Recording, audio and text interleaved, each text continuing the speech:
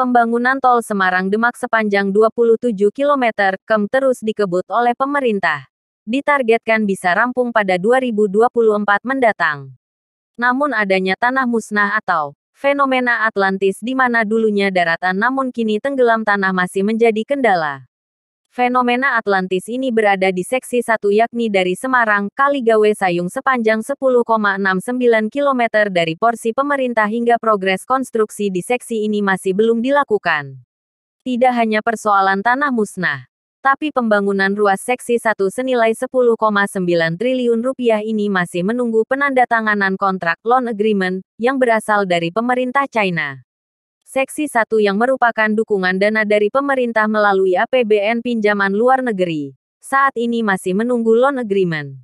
Di mana mulainya sekitar bulan Desember tahun 2022, kata Kepala Satuan Kerja Pembangunan Jalan Tol Semarang-Demak Balai Besar Pelaksanaan Jalan Nasional Jawa Tengah dan DIY Ditjen Bina Marga Yusrizal Kurniawan dikutip keterangan Pemprov Jateng, Jumat tanggal 28 Oktober tahun 2022. Adanya tanah masyarakat yang terdampak tanah musnah untuk pembangunan juga sudah mendapatkan payung hukum dari pemerintah. Pemerintah akan memberikan dana kerohiman sebagai bentuk santunan.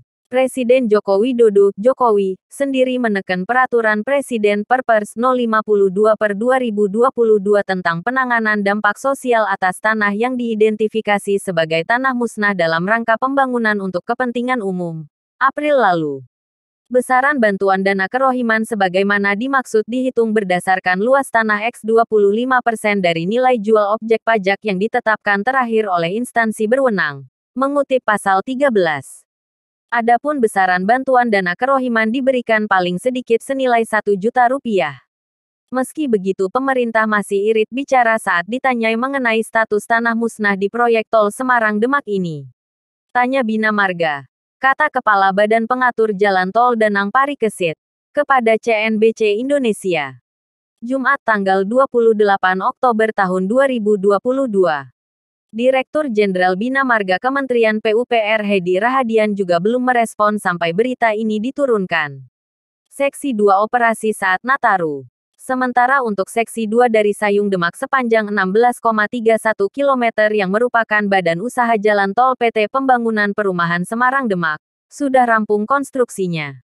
Ruas tol ini bakal bisa dijajal pada saat liburan Natal dan Tahun Baru menurut Badan Pengatur Jalan Tol. Rencananya, jalan tol ini 1 dari 8 ruas tol akan difungsionalkan saat liburan akhir tahun nanti.